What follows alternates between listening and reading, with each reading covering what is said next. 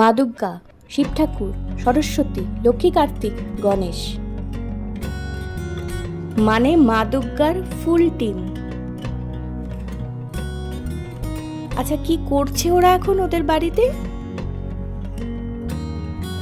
চলুন একবার দেখে নেওয়া যাক।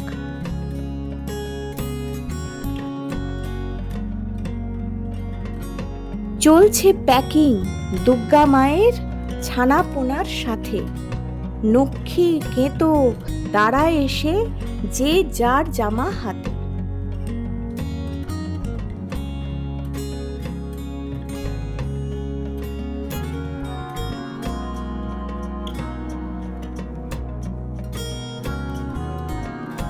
গণেশটা তো খুবই ছোট শরীরে, নয় মনে। তীক্ষ্ণ নজর রাখছে সেটাই চারদিকে সবক্ষণে। বাহনটা তার দুষ্টু ভীষণ, জামা কাপড় তার ভীষণ প্রিয়, কুচোতে তার জুড়ি মেলা ভার। এদিকে শিব ঠাকুর আজ কি করছেন আসুন দেখা যাক। রিঅ্যারেঞ্জ করছেন তিনি আলমারির সব তাক।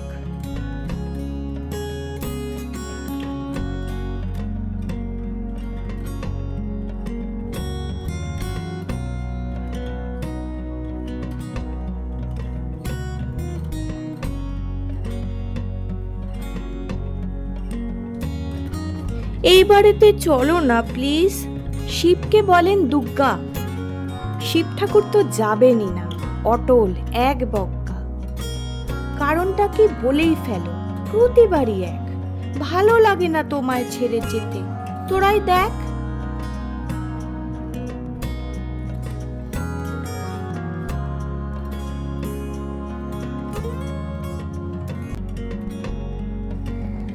মৌনব্রত ভেঙে শিব কাশেন ঝেড়ে তাই।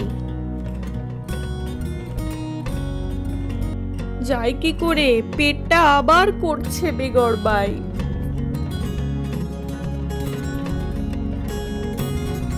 আমাদের প্রায় প্রত্যেকের বাড়িতেই কম বেশি এমন ঘটনা ঘটে কিনা বলুন। আমার তো খুব মজা হয়েছে পুরো কাজটা করতে।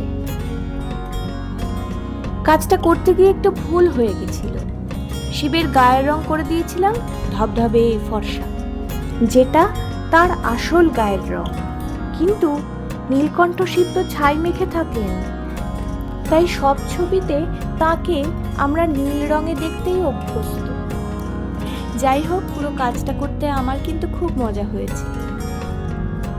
কিন্তু শুধু নিজের ভালো লাগলেই তো হবে না, আপনাদের পুরো কাজটা সম্পূর্ণ নিবেদন আমার কেমন লাগলো জানালে আমার খুব ভালো লাগবে। অনেক অনেক ধন্যবাদ।